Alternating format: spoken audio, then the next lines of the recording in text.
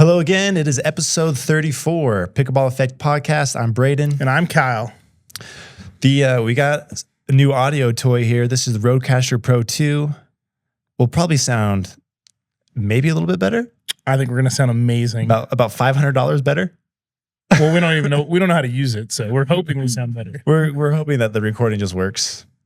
I messed with it a little bit yesterday. Nothing crazy. It has like these cool like sound effect stuff. I was hoping I could toy with these, but they were being kind of glitchy, so I turned them off. No sound effects. So sorry you won't be getting the hilarious sound effects because I know they would have been funny. I would have been so funny with these.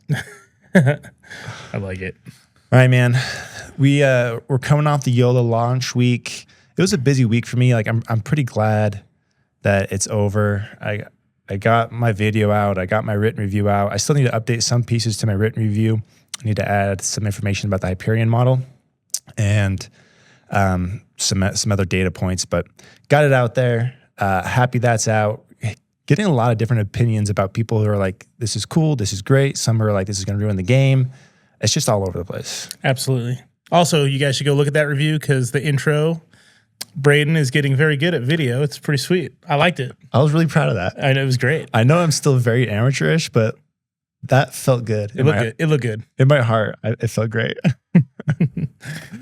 Even no one else liked it. I liked it. I had fun making it.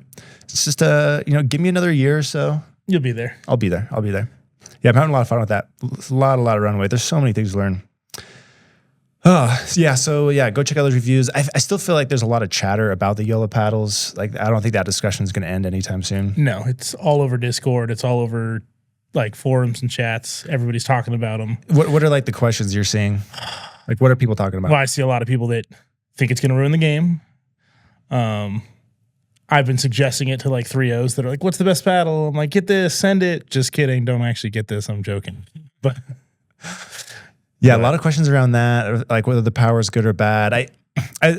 From our last discussion, like we talked about some of those questions, but we don't know the answers to all of them. I think we're still kind of thinking about, what our opinions are there. But as I was thinking about like the question, like how is this going to change the game? I think we can confidently say we're going to see more driving, more attacks from the midcourt. The paddle like wants you to do that, and people are going to want to do that with those paddles just because they are coming in so hot, and they're going to start finding success, especially at that 4.0, 4.5 level. You can have a lot of success if you're good at driving. Absolutely, and this is just going to make you better at it. You can get a lot of points. Exploit it from that because the people on the other side of the net aren't as good at handling that pace. And so I think that skill of being able to handle drives, be able to neutralize those, either block it down, block it into space, just being able to block, redirecting, and avoid popping up drives is going to, so just volleys and blocks is going to be a skill everyone needs to get better at.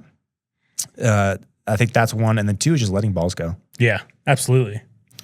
That's a big one. The Colin Johns was doing a good job of that today. He let a few go long, and the pros, that is a skill that they have. A lot of amateurs don't. It amazes me how many balls they let go that are out by like just like 6 inches. Like it's so close, and they're very good at it. It's one of my biggest weaknesses. I feel like my brain, like my reflexes are faster than like my brain.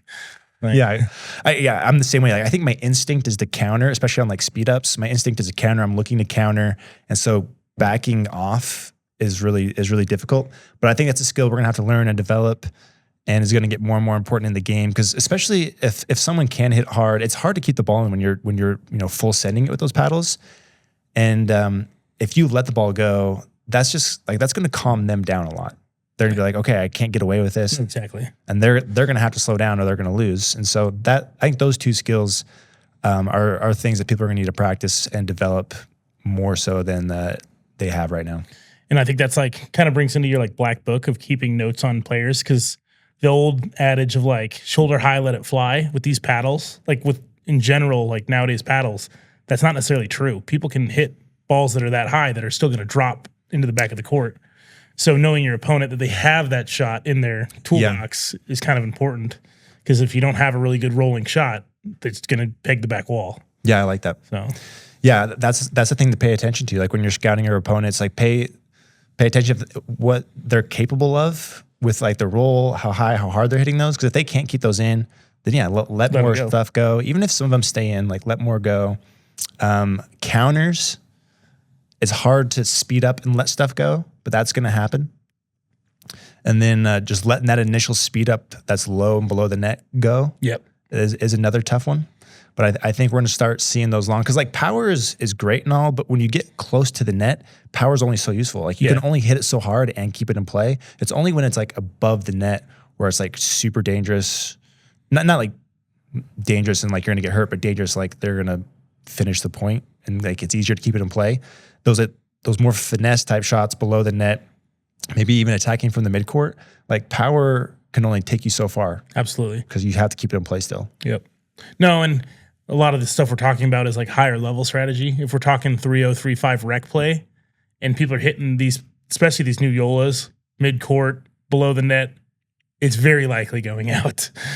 Yes. And, you know, people will learn and adjust, and they'll get better with it the more they play. But yeah, especially during these first like few months as these are getting in people's hands. Absolutely. They're going to be rockets. Yeah, all over the place, dude. And then it's like a lot of other questions people are asking floating around is like around quality control.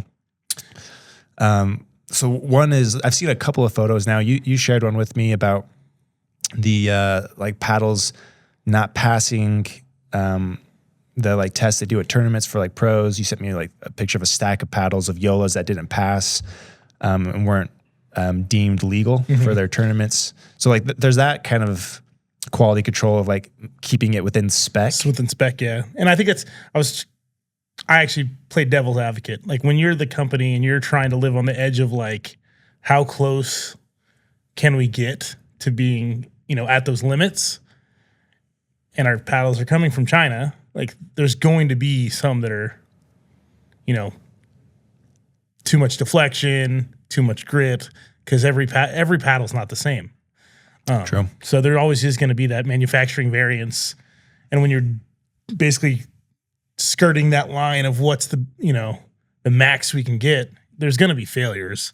Yeah, there's going to be failures. And I am skeptical of some of the images that are being shared around this issue in particular, because like they're pictures of just YOLAs. And it's like, okay, that's a lot of YOLAs that failed this event.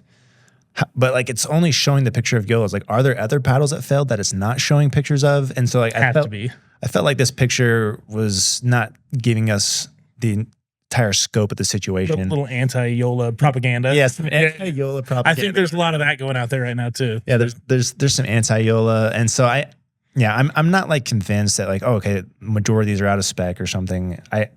And if there are some, to your point, like it's going to happen. I don't think YOLA's intentionally like they want these to pass.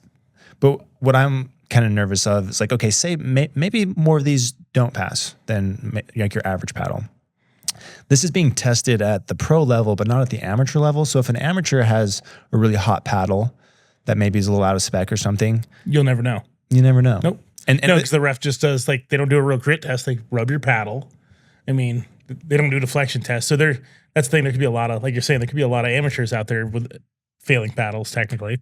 Yeah, and you would never know. And with these ones, I do feel like they get hotter as time goes on. And so these paddles are going to be hot, but not broken. They're not going to be what's the word I'm looking for? Delaminated. Yep. Not going to be delaminated, but they're still going to be hotter. And so like I wonder if that's going to ruffle some feathers for people that feel like they're coming too hot. Well, no, if you're at an amateur tournament, you're stuck. Like even if that paddle's delaminated, what can you do?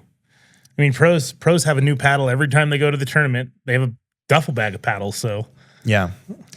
So what's the longevity of these? Like, are these you're paying $280 for these, and like you want it to last a decent amount of time before you have to replace it? Well, it depends on what we deem as lasting. As long as it doesn't break. Like if it is getting hotter and failing again, you're not going to know because you're not being tested. Gonna know.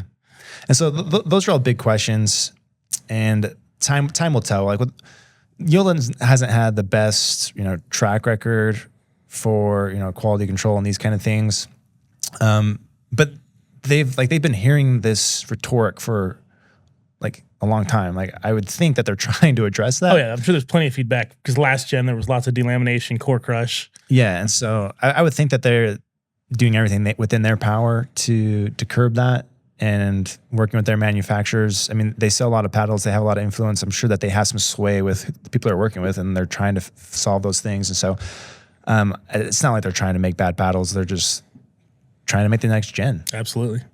Anyways, and then even locally, so like the Flying Pickle where we're recording at here got their shipment in. Yep, and they had a few paddles that right out of the box had a rattle, which I know when I had like a Selkirk that rattled, they told me that was just the adhesive breaking off from like the edge and that it shouldn't actually affect play. But It's annoying. But if your paddle sounds like a maraca, it doesn't feel like you should pay $280 for it. No, like that's when you're commanding a premium price, like you expect more. Exactly. And I, even if I'm paying for $100 paddle, I don't want that rattle. No. And so that was kind of a bummer to hear. I imagine they'll get them replaced. I think so. They'll send those back, get some new ones. But yeah, we're gonna find out real quick as these hit the market because people are not shy about sharing their experience with that stuff. Not at all. And we'll see it in Facebook forums all over the place. So like if you're on the fence right now and like maybe it's best to wait a month or something and just kind of. So yeah, personally, I'm gonna wait because I just want to see like the longevity. Like I want to make sure the paddle's gonna last me longer than 3 months. Yeah, so that's a question, and then there's some people are like, oh, I don't want to wait because I don't want to have to, get on some back order list. And while that, like, I get why that might be a concern, but however, like I think with YOLA, like they're big enough now, Yeah, like they have the stock, like it's not just YOLA carrying this, like every retailer in the world, every pro shop in the world. It's not a mom and pop operation. It's YOLA. Yeah. So I think there's plenty of paddles to go around. I don't think they've ever been out of stock on anything. I don't think so. But a lot of those questions, whether they're, I don't know the answers, but we're going to find out real fast. These are starting to hit people's hands, I think. Yeah, we've sold a few. I've seen them out there. Seen them out here, and then I think they're going to start shipping. They the sold 23rd PPA, so I'm sure a bunch sold there. And yeah, it's. But I still think it's exciting. Like I don't. My opinion as far as if it's good or bad for the sport, I don't think it's bad. I just think we need to adjust. Like once you learn how to neutralize drives, develop your game there, learn how to let balls fly, that kind of takes away some of the advantages that power gives you. It's like, yeah, they might finish more points on you, when the ball's left up, but if you can, stop the ball from getting up. Yeah, the game's going to adjust. Yeah, the game's going to adjust. And I think once people neutralize, like pickleball will still be pickleball. I think so. Like we watched the finals today with the Johns and was Vic and Tyson. Yeah. It was very slow paced. No, they're grinders. Like they're grinders. Point. Yep. Yeah. And like they all had, like Tyson had the YOLA, and then of course the Johns are both YOLA, and then so I don't think it is like people are going to adjust, but we might see the game change a little bit. People are going to have to learn new skills, but ultimately I don't think this is going to like maybe change the game as much as I originally thought. Not going to break it. It's not going to break it, and it's going to change it. You're going to have to learn new skills, but I don't think it's going to break it. I'm more interested to see what it does to rec play. Yeah. Because again, like pros are going to adjust much faster than this is true. Than rec players. This is true. Yeah. Will rec players be able to adjust? Yeah, because like when you watch games at like the 3.0, 3.5, it's a bang fest. And yeah, when those guys have YOLAs in their hands, what happens? Eye protection. Eye protection. Yeah, that is a little concerning. Anyways, still lots going on there. You're going to be hearing talk of those paddles for quite some time, and I don't think they're going to be the last brand to come out with paddles this hot. And so no, I think it's going to be a race. I have a feeling all the major brands are currently developing something that's going to be equal power. Yeah, and it's so funny to me that like when I talk to brands sometimes and they're telling me about their R&D and how like they make a hotter paddle, but then they go and do like some testing with some locals. A lot of the locals will gravitate to the softer, more control-oriented paddle. Yet it's the power paddles that seem to sell. And it's like backwards. It's weird. Yeah, and I think a lot of that depends, like, because me and you gravitate more towards a control paddle a lot of times anyway. Like the other day when we play tested, we were like, oh, this paddle's soft, this feels good. Versus like, this is just crushing balls. Because I think that like depends on where you're at. Like a lot of guys just want to get out there and grip it and rip it. Yeah, it's fun. Yeah. Even when we get a hold of them and we're playing, like, it's pretty fun. No, we'll change our game just because we know how hot the paddle is. Yeah. But I like it is. I said this in my video review, but like just to reiterate, I don't think you need that power to win. Definitely not. I do think you may need to adjust your game to handle and deal with the power from others, but I don't think you need that to win. And don't get caught up into I need more power. However, if you do play that style and you can manage the power, like I think there's a lot of benefits. Oh, absolutely. Like if I'm Tyson McGuffin, I'm only benefiting from that extra power. Yeah, it's going to accentuate your strengths, so you might as well go that way. So it just depends on you, your style, your capabilities, and there's going to be a lot of people that just love it and play really well with it, and others that just suck. So it's a good way to put it. Anyways, there's sucks to suck. Sucks to suck. And okay, other news. So Connor Dickerson, do you know who that is? I did not until you put this note in here, and I got a targeted ad for him. Okay, this is bizarre that happened. Well, so Connor Dickerson is a physical personal trainer. He's a personal trainer, I think is the word. So he was traveling and coaching, not like pickleball coaching, but like physical training stuff with Catherine Parento for like a year. So he was on site with her, stretching exercises. So this is why recovery. This is why she has tree trunks now for legs. This is why I really like the last year. Like she's yeah, she's yoked. Like and I think he definitely played a role in that because fitness is a big factor, and as the game progresses, fitness becomes more and more a factor because you need every edge you can get, especially at that level where small margins make big differences. And so, anyways, we saw Catherine do really, really well, and I think he played a role in that. Okay. So he's out of Delray Beach, Florida. He, this is what he went to school for. This stuff he knows. Got into pickleball. Met some of the pros there. Started training Catherine, and that went well. And so now he's with Anna Bright, and he's working with her. I don't think he travels with her, but they live pretty close enough where they can get together and train. And like he sets her schedule and things like that for her physical training. Anyway, so I feel like he's the only like kind of like a public figure type person who's saying, I know this physical training side of the world. I also know pickleball. I'm marrying them. I can make you a better pickleballer through these things. Anyways, I signed up for his program. So he also has a program where you can pay for him to be, or someone on his team to be your physical trainer, where he has like an app, and he'll like he can like assign different plans and work on your diet. And anyway, so I had a chat with Connor last week, told him what my goals were. I said I want to get stronger, I want to gain some weight. That's one of my goals. But I've been lifting pretty consistently for like a year and a half. I gained like 7-8 pounds, which I was like really proud of. That's actually pretty good. I've like plateaued and stuck, and I don't know how to progress. So I'm hoping he can get me over that bump because I do want to get stronger and gain a little more weight, but I also want my training, what I do in like the gym, to like translate more. So you want to more specialized towards pickleball. Yeah, and so I want to get better at pickleball. See, that's interesting because I coach CrossFit and stuff, but it would be interesting to basically get a workout program for somebody that's like specific to pickleball, just to see like what kind of stuff gets prioritized. Yeah, so we'll see what he gives me. And so those are my two criteria: is I wanted to get stronger, but also get better on the court, whether it's agility or specific types of strength that's going to make me swing harder, faster, jump higher, Anyway, so I'll kind of keep you guys updated on my journey there. I think that'll be fun, but you can go look him up. He's on Instagram. He's very active there, and he does like videos with some other companies and stuff. So he's a really cool dude. Like what he's doing. I think it's smart that he's jumping into the space and being like, I'm the guy. I'm the pickleball trainer. No, and there's a need for it. I was just talking to people the other day. Like, there's a lot of pros that post workouts that are like, their movement is very incorrect. Yeah, you would know. Yeah, I was gonna say, it's just not the most efficient way to do some of these workouts. Probably, yeah. It's not gonna give you the best bang for your buck. That's funny that you notice that. So like it's a need, and I don't think a lot of players have like that's not a focus. That not people helping him there when they probably should. Yeah, well, and I was talking about this with somebody local that was a D1 athlete, and she was like, every other sport has like strength and conditioning coaches, so why doesn't pickleball yet? But yeah, it's gonna come along. It's coming for sure. And like the books I've read recently about like Agassi and Federer, like that was a big part of their success was they had these trainers that helped them with the strength, the conditioning, all that stuff, and like they were very big on it.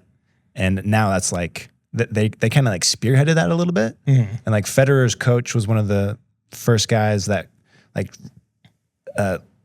really changed how people think and work out for tennis. Cause like if you watch like Rafa play and he rips off his shirt, you don't look at him and think, oh man, that guy is a world-class athlete. No. But he has built his body and his conditioning around for tennis. Yep. And so that's what these guys are doing. And I imagine there's something specific to pickleball that you can do to make you better there. It'd be interesting. How long is the program? So you pay, it's like per month. Okay. So I'm just paying them per month. So it's not like a 12-week program or anything. It's just okay. No. And so I don't know all the details, but he hasn't assigned me my like workouts yet. But so that's coming. And I think he does like bi-weekly or monthly like check-ins. Okay. So it's like, here's my progress. Here's how things going. Where do we need to adjust and things like that. And so it's all virtual, but it is cool that it's, you have that kind of one-to-one aspect to it, which I think goes a long way in training. Like you're familiar with that world. Like when you give people more attention and help them correct their form. Keeps them accountable too. Keeps them accountable. Like there's a lot of benefits to having a coach like that. Anyway, so I'm excited about that. And then I also got Red Rock coming up. So this is St. George PPA this week. How many events you playing in? I'm doing 4. So I'm doing qualifiers. Okay. For men's? For men's. Okay. This is with Caden Miner. He's a friend out of Utah.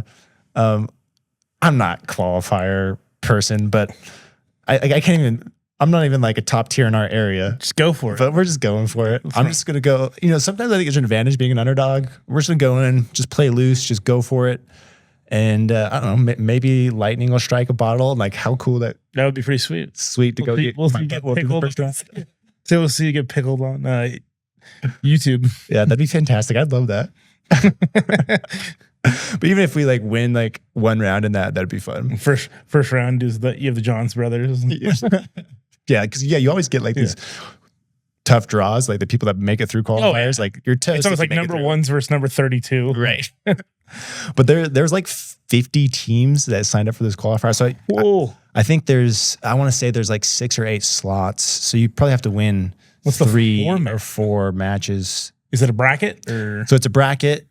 And it's 2 out of 3 to 11. Okay. And then once you progress to a certain point in the bracket, then you're just like through. So you don't have to like win. So you don't have to finish it. Okay. You kind of basically just have to win your pool. Got it. So a lot of it'll just depend on, who's in the pool. We'll see what happens. I don't know. Maybe my Caden will just play out of his head. He's better than me. And I'm just going to. You playing right side or left side? I think we're going to play straight up. Okay. But if it comes down to brass tacks, if someone's hot, we're just going to put them on the left, let them go at it. Let them go.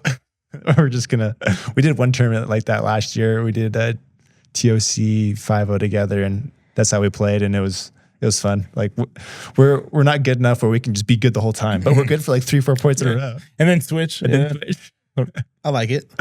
And then I'm doing the money ball with Price and Haas. So he's from Hawaii. Okay.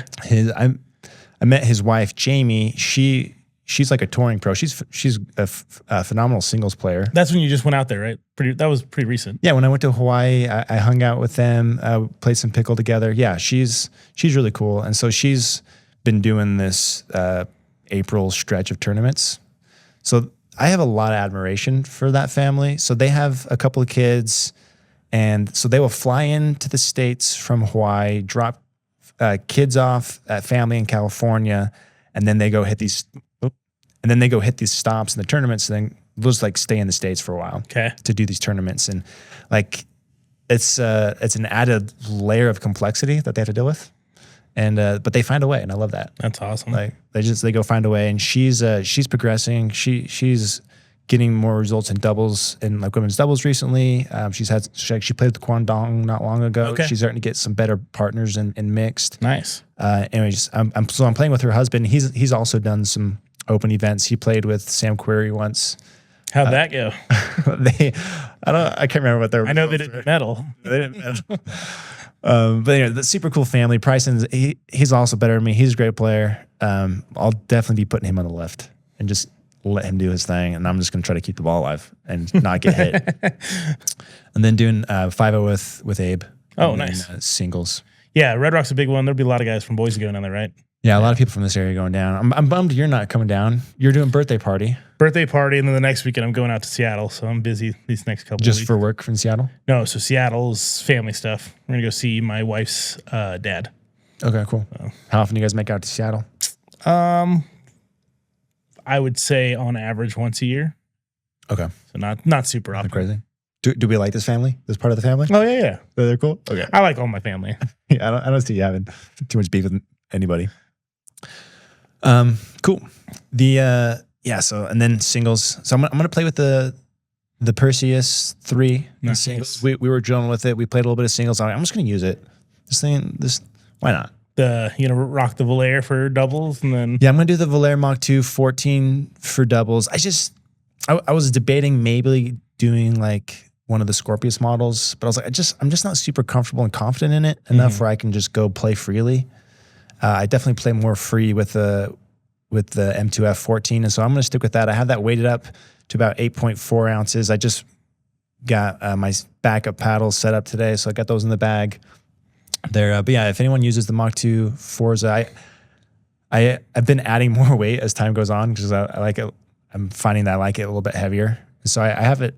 I think it's just under 115 swing weight, 113, 114, but at stock it's like 108. Like it's super, super light. And so I got that beefed up a little bit, and I've been liking that. But yeah, I'm gonna use that. And I also think like in Utah, or just our area in general, like the ball plays faster, anyways. And so having a super hot paddle that I'm not, 100% confident in isn't a good idea. Speaking of how the ball plays, did you watch any of the U.S. Open? No. It's just like so hot in Florida. Like and they played with the Franklin. So it just looks so slow. Like, because I was watching PPA and U.S. Open like simultaneously. It just looks like the ball's moving so much slower. Well, it probably is. Yeah. I mean, no, yeah, for real. But I mean, TV makes that more apparent. Yeah. Yeah. I mean, Florida's hot and humid already. And then the X40, if anyone has played an X40 in the summer in the heat, you know that thing like melts. It's like a marshmallow. And it's really hard to play in the summer with. Leads to very long points. So, yeah. What was the play like? Were points longer, you think? Points. Yeah. It's so much easier to counter when the ball's that much slower. It makes a big difference there. But yeah, it's just gonna. Anyways, excited for Red Rock. It'll be fun. Just gonna be my wife and I, nice, and the baby. So it'll be a good little break. Dropping kids off on the way down because family's on the way. But yeah, we'll give an update on that the following week. Hopefully I don't lose everything. I can't talk like that. Yeah, these guys are all gonna see you on YouTube. Don't worry, you're gonna make it. I'm gonna make it. I got to be positive. You got to manifest. Think it into existence. I do. I need to change my attitude. I don't feel like I've been playing great lately, and I'm like got kind of this down attitude going into it a little bit. I need to change that. You got any secrets for me? Pump me up right now, Kyle. Pump you up. Just tell me how great I am. You're so good, Braydon. That's what I needed to hear. More of that throughout the whole episode. Your personality showing today. Oh, I'm gonna blush. Oh, that's hilarious. No, but we all have those funks. Sometimes I feel like as amateur, and that's the thing. It's hard to stay hot all the time. And we all have these weeks where we're like, holy cow, we're playing so good. And then you have weeks where it's like, why do I even play pickleball? I'm a 3-0. I'm not very good at I've been feeling that way lately, man. And I need to I gotta turn it around for this week. Especially for my partners, like we're all traveling in. I feel like there's a little added pressure there. Oh, 100%. That's the worst too. Cause like you don't want to travel and then let your partner down. Yeah. So, but they should be feeling the same pressure. So. Probably not. It's just us.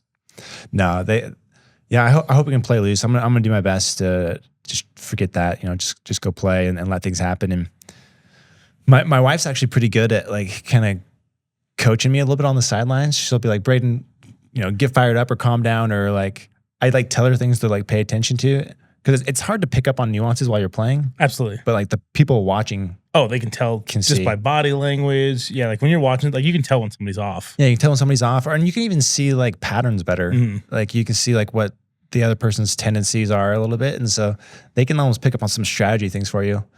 And you got her out there with like a playbook, so she knows. I should be like, okay, check mark this if this happens. She's like, go to his right hip. I should totally train her on that. It could be an advantage, especially at like amateur events like this. Because like pros, they all know each other enough where they just like they don't need that. But like when you're playing someone new and you're trying to pick up on those things, it's hard while you're playing. But if you had like a coach or somebody who's like paying attention to that. No, and I think that's the hardest part of those amateur tournaments, especially when you're not here with people you've played. When you're other places, it's how fast can you pick up on your opponent's tendencies, strategies, weaknesses. Like it's a big part. The quicker you can pick up on it, the chance of winning is like huge. And I'm thinking of our conversation last week about like rally scoring versus traditional scoring, and like traditional scoring aids the strategist because the games are longer. You have more time to figure them out because games aren't over quicker.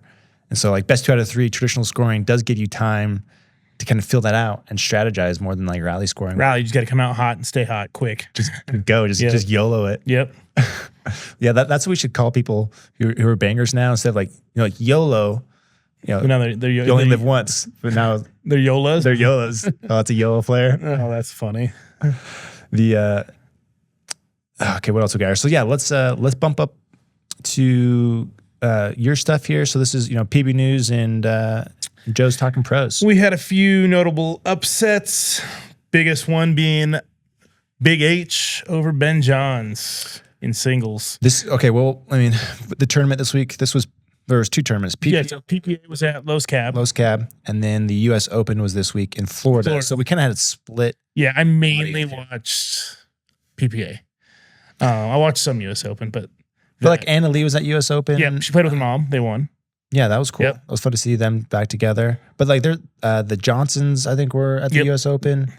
So like there was definitely a lot of talent at the U.S. Open and kind of diluted a little bit the PPA in some ways. It kind of allowed some like all the Johnson. Like the Johnson Tardio. Tardio, and they were all out there. So that was the scene this week. A lot of pro. I heard that was the last time we'll see them though, anywhere other than PPA. Oh, and now that they're like officially signed with PPA. Correct. And I saw that somebody said that Andre's shirt had a PPA logo on it, which could be foreshadowing. We'll see. On his Forever shirt. That's what somebody. I don't know if that's the. On his Raider shirt. His Raider shirt? Yeah, somebody said he had a PPA logo on it, so I'm wondering if that's foreshadowing that we have another PPA signing. He's never signed with anybody ever. Like even in the PPA MLP debacle, I don't think he signed. I don't know. I'd have to go back and look. That was a while ago. He's definitely worth a lot more now. Oh, his stock has gone way up. So he proved he can hang wherever he plays. Yeah. So yeah, imagine. And he played awesome with Anna Bright, when they played. So. Oh yeah, well they won it. I know that's what I'm saying, but they played really well together. Yeah, I hope he made money if they really did do a deal. Let's see, what else did we have? Roscoe Bellamy beat Tyson using his new head. Was it Radical Knight? We actually demoed that this week. Yeah, what'd you think of that battle? Swing, like the handle feels really nice, and it swings okay. There was nothing like special to me, but it wasn't a bad paddle. I mean, it was comfortable. Yeah. So what's it cost? It's $220.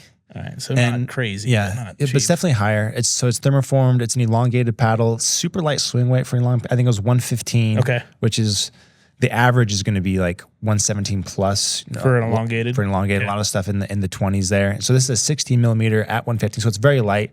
I feel like I had decent pop, but yeah, it definitely didn't carry through from the baseline because of the lower swing weight. Like I imagine it'd probably do better there if you added some weight. Yeah. It did feel weaker from the back. Spin felt. It was okay. I needed to do the measurements there, but I wasn't like floored or disappointed. Yeah. I didn't have any shots where I was like, oh my, see how that thing dipped, but yeah, but like shot shape was good. Yeah, that was a big one. Yeah, so Roscoe Bellamy, he's kind of like this up and comer. He's young. I don't know how old he is, but I think he looks older than he is. Yeah, I think he's in his 20s. Like, yeah, I could be wrong. I think he's low 20s, but yeah, he's like this ex-tennis player, like stud. And really tall, really athletic looking. Yeah. And like you can't help but think that his like body type is going to be more prevalent in the future of pickleball. And a win over Tyson's big. Yeah, that was good for him. Then we had Cher Bear taking down Augie and Julian Arnold. Dude, Cher Bear. Tell everyone who Cher Bear is. Brian Sherry.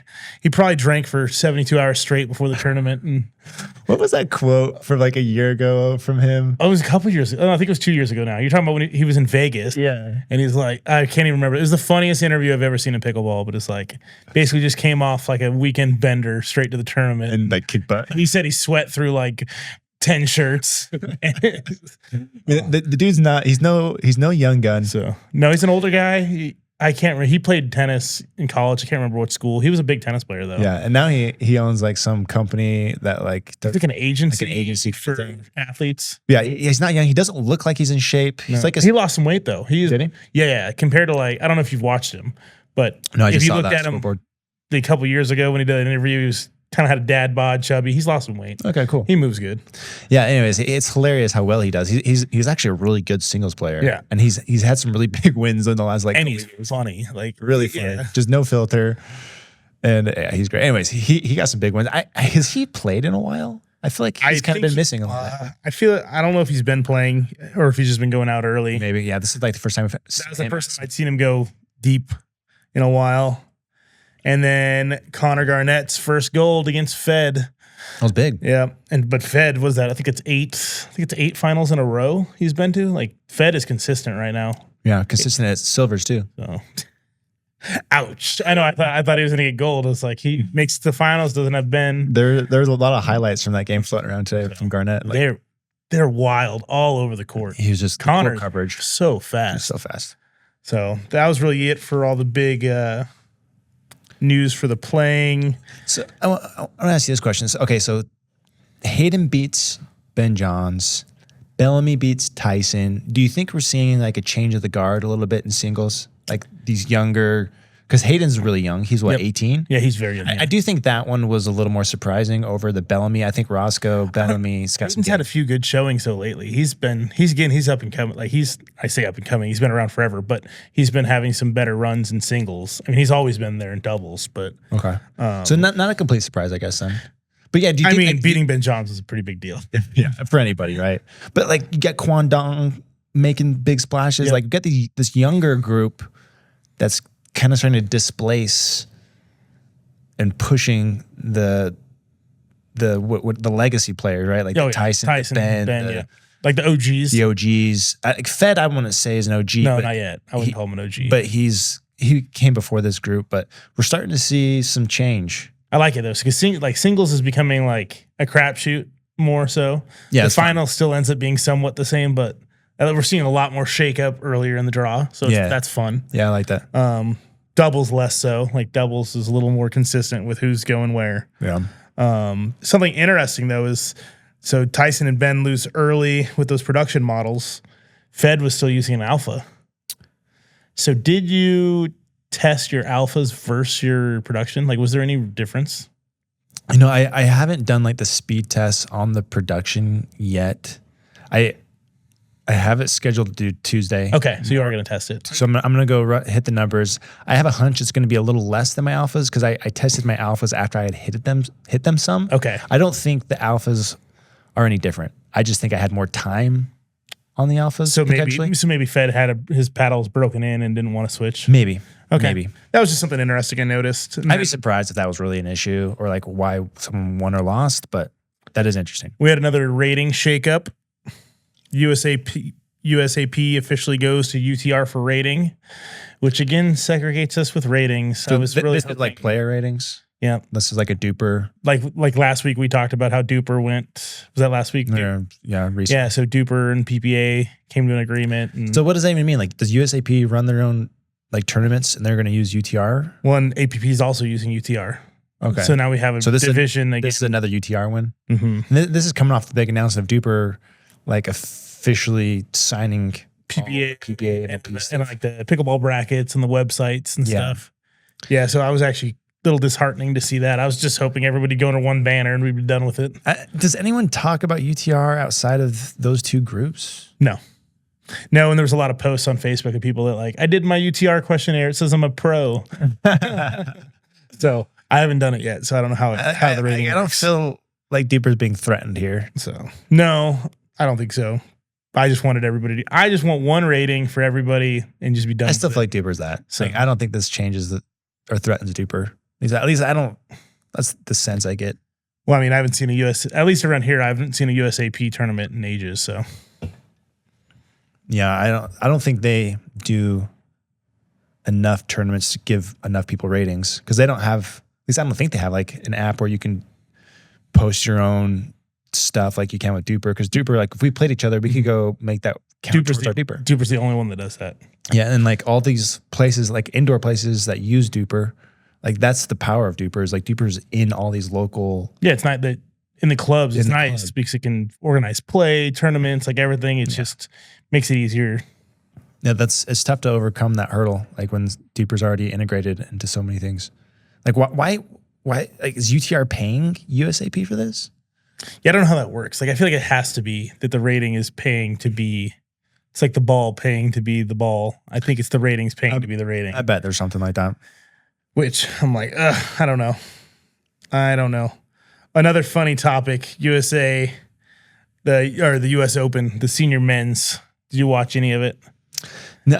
No, dude. I don't watch. This is kind of funny. Like I was thinking about this the other day. I don't watch I still watch some pro pickleball, but I don't watch as much as I did before I went full time pickleball, because like I used to just watch it while I was like doing my normal job. You know, like that's when I watch it. And now I'm like, I have so many things I need to do, and my life depends on it. That's funny. And I don't like watch as much during the day. So no, I didn't watch. Okay, so the senior men, they grunt like excessively. I think it's kind of hilarious, but they grunt during dink rallies. Like every dink, they're like. Were people giving them beef? Oh yeah, people like the YouTube chat was going wild, right? And it's funny because like PPA blocks their YouTube chat, US Open didn't. So we were back in the YouTube chat, and it was popping off. Dude, I miss the YouTube chat days. I know YouTube chat days were fun. They were great. Now you got to move to Discord funny. for all that fun. Maybe we should start grunting during your dinks. Dinking's tough, dude. I had a guy get mad at me. He almost wanted to fight in Florida when I grunted during a counter. Yeah. Wait, was this a tournament? No, this was rec play. It was a challenge court. And like, we're in a handspell. I'm like, and he's like getting mad. I beat him. He's like, if you do that again, I'm calling a hindrance. And I'm like, what? I was like, do you know how hindrance works? Like, yeah, that's pretty funny. But no one was calling hindrances in the U.S. No. Everyone just accepted. No. The guys were doing it for fun. You could tell, like, some of them weren't even serious. Oh, okay. Like, they were exaggerating. That changes the dynamic. Yeah, it was good. They were having a good time. The whoever did the color grading though on the U.S. Open was terrible. Oh, they need to call Kyle? Yo, they need to call somebody. Memes of Pickleball actually roasted them for it. They were like, basically like U.S. Open, like what Mexico looks like in American movies. Because it was just, everything was yellow. Like the ball was like the craziest neon color. Like, oh my God. It was so yellow. It was funny. That was funny. But that was it for that. Not a fan of pro reviews because that would be very biased. Yeah, that's another. Yeah, pro reviews are another funny one. Like let me review my own paddle. Yeah, like, of course, I'm going to tell you it's the best. Yeah, and pro reviews in general, like the way they describe their paddles is usually pretty funny. Like it's. I have to go watch them. I don't watch any pro reviews, but I know they do them. Yeah, and like they're not the best like descriptions. Like they don't know as much as they're not paddle nerds, you know. And anyways, it is kind of funny the way some of their pros describe paddles. Though I did watch one recently about Head. No, Babylon. Okay. So what's his name? Chris. Hayworth. Is it Hayworth? Okay. So he just signed with them, and he did a review with Total Pickleball. So Total Pickleball is an online retailer. They like to grab the pros and put them in their reviews for paddles. And so they did that with them. And he actually made an interesting comment about their 20 millimeter. So this is their Wizard. The Wizard. Yep. He's like, if you have a tennis history, you will like this more because you can swing harder, swing fuller because it's not as poppy and it's softer. Okay. And I thought that was an interesting take because he has that background. He likes to, like if you're someone who likes to swing big and put more into swings just because either that's what you're trained to, that's what you've done in tennis your whole life. Mm-hmm. It's actually might be better for you to get a softer paddle because it's not going to fly on you. And I was like, that's an interesting take because a lot of tennis people are like told to get the opposite. The hotter paddle that has the shape. Like Selkirk pushes their power airs. They market it pretty hard to tennis players. That's weird. And so I thought that was kind of a cool take that like, yeah, okay, that makes sense. We'll see how it swings. I just got the Babolat's, by the way. They have very nice handles. I haven't swung them yet, so no review. But dude, they do have nice handles. They are a nice handle. Like so they're edgeless. A lot of the edgeless designs out there, not all of them, but like the Selkirk edgeless, these ones have like that molded handle that's kind of built into like it's like connected to the face, and it gives it a nice shape. It does nice shape. Like you don't feel like the ridges digging into your palm. Like I don't know if I just have sensitive hands, but like it's more. If it's like a cheap handle, I can tell because like the way the ridges fit my palm. Yeah, it feels good. So. But like head, like we said this earlier, but like head has like when you rip off the grip, it's not like the 2 foam inserts on top of the unibody. It's like a molded. I don't know like the technical terms, but it's like one piece. One piece, yeah. And it feels fantastic. It feels good too, and then another brand that does that is called Speed Up. They're like another smaller brand. I've seen them on Instagram. I haven't seen the paddles. Yeah, so their thing is like super long handles with this really nice grip, and they use the same thing as head, where it's like this. It almost looks like like if you ever looked at a tennis racket, it has like that yellow like mold on it. That's what these have. Okay, and they feel so good. Like obviously people are doing it. Like every paddle should be using that. Yeah, I don't see why not. Let's get rid of these cheap handles. Yeah, like the foam. I've heard it called like handle crush when the foam gets really soft on the handles, like those foam inserts. Interesting. I didn't know that. And so like the handle gets overly soft. There are some brands that use like more plastic inserts. Yep. So that the PU. They have the PU insert. Yeah. Yeah. So there's a lot of those. There's a few ways people do it, but like these molded handles are so much better. Should be the standard. Yeah. Plus you could control the size better. It can be uniform across the board. Just do it. Just do it. Like I agree. It's out there. I like it. I mean, that's it. That's any other paddle news? No, I we finish. I think we'll do this other topic another time. Okay, that's fine. Oh, the Shogun sold out pre-orders. Oh, are you proud as a bread and butter rep? I don't even know if I'm really a bread and butter rep. I'm just like a bread and butter ally. I definitely don't get paid. Is that what you're pitching yourself now that you're trying to do reviews? Yeah, I'll be your ally. We just went on this like thing about bias reviews, and you're like, I'm a rep for a couple of brands, and I'm trying to review others. I've backed away from Diadem. I haven't even done a Diadem review. So okay, so you're an ally. Well, I like the company. I like Doug, so I will help share the word. I'll spread the word of the Shogun. Okay, but you wouldn't say you are a rep for them. You may be an ally for other brands in the future. I do not have a code, therefore I'm not a rep. Okay, there you go. No code. No code. Braydon has a code, though. I have a code. I used Braydon's code. I actually told somebody to buy a filth the other day, and I told her to use your code. Wow, thank you, man. Yeah, so you're Merry Christmas. You're now at $6 an hour. All right, that's gonna end it for us. Thanks everyone for tuning in. Have a good day.